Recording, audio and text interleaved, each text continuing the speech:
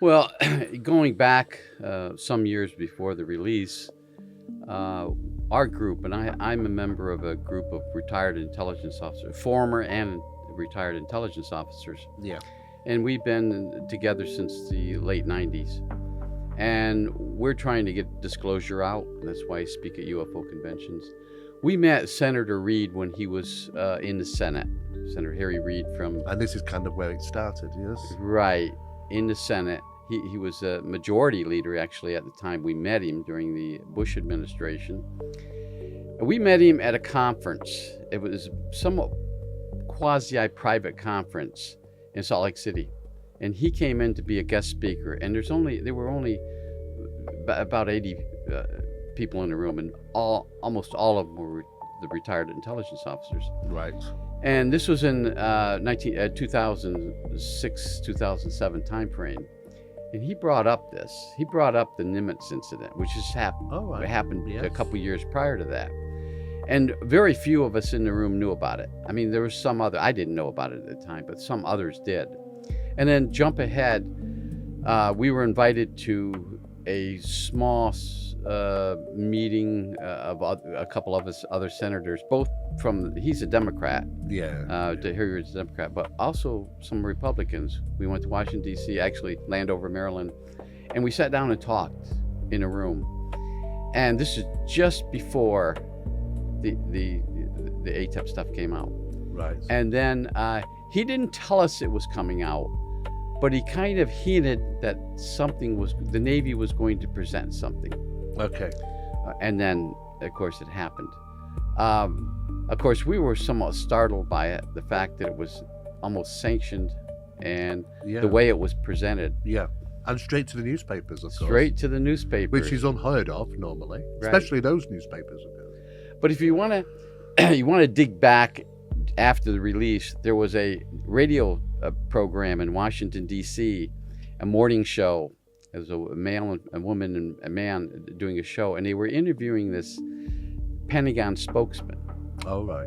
And they were asking them all sorts of questions about, more information. Is more information coming out? And the spokesman said, and I'm almost quoting him, "We can only put out what the intelligence agency gives us." Mm-hmm. End of quotes. Yeah. So I thought that was kind of odd that statement was made. And of course, jump ahead to No denial there. No At least I denial. know. And jump ahead to the incident, the airing of it, the analysis of it.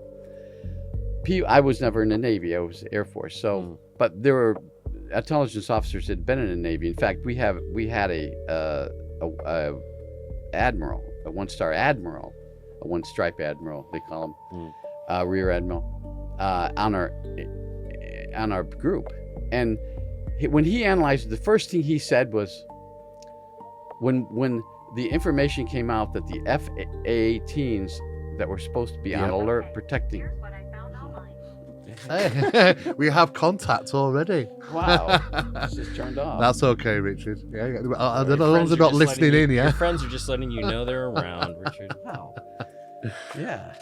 Anyways, he said the startling information he got is these two aircrafts are supposed to be on the ready alert, Yes. and they didn't have any weapon systems on board.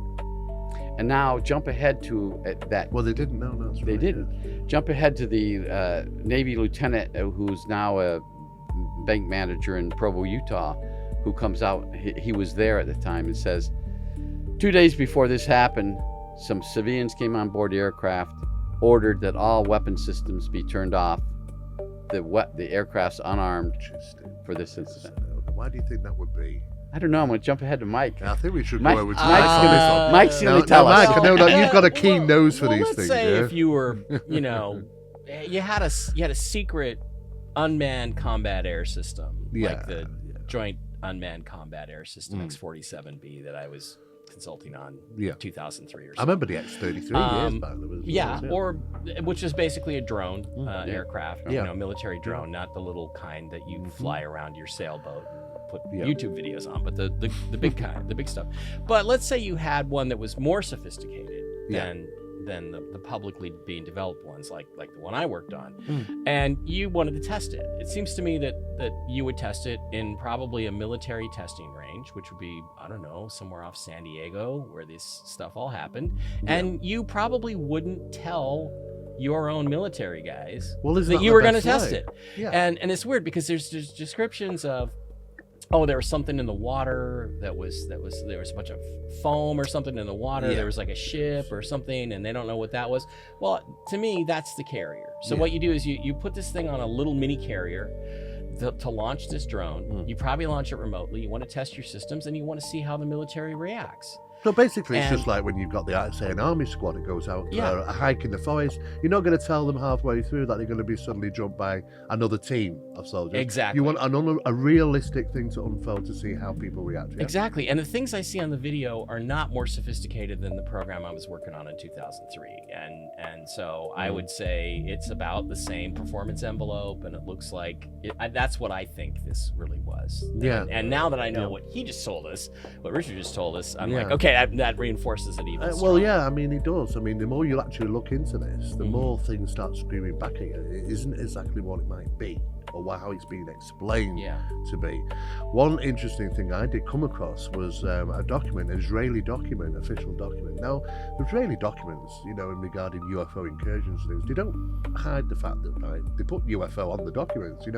They've never been afraid to say UFO, UFO, UFO. They've done it many, many times. There was one from 2015 that talked about their pilots having to scramble because of drones, CIA drones, which were over their facilities, and they'd scrambled jets to try and chase them away. But it was a waste of time because you could never catch up. These are so fast that if you hadn't even said drones, you'd immediately think, oh, it's UAP or UFO. But it was only the fact that they actually said CIA drones, and I thought, well, why would they do that?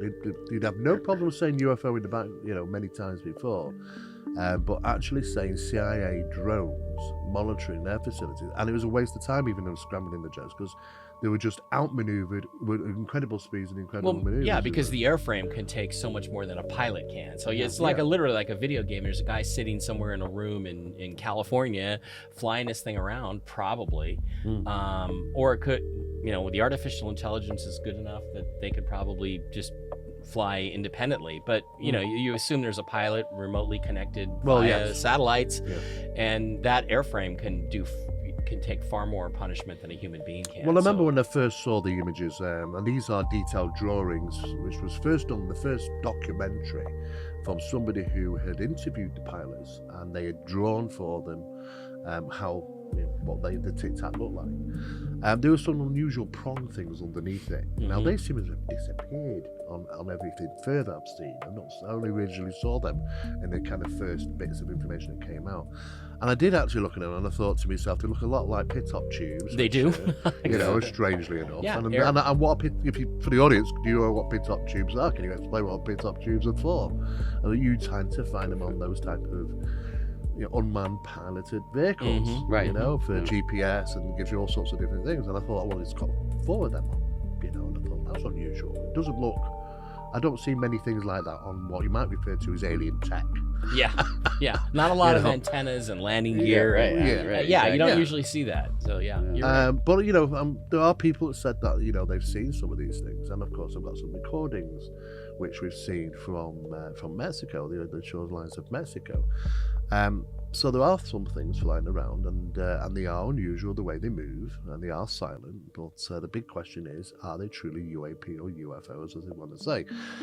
Why do you think? What's the great effort? If you enjoyed this, make sure to watch the next video on Awaken Zone. Don't forget to subscribe and hit the notification bell, but you won't want to miss what's coming next.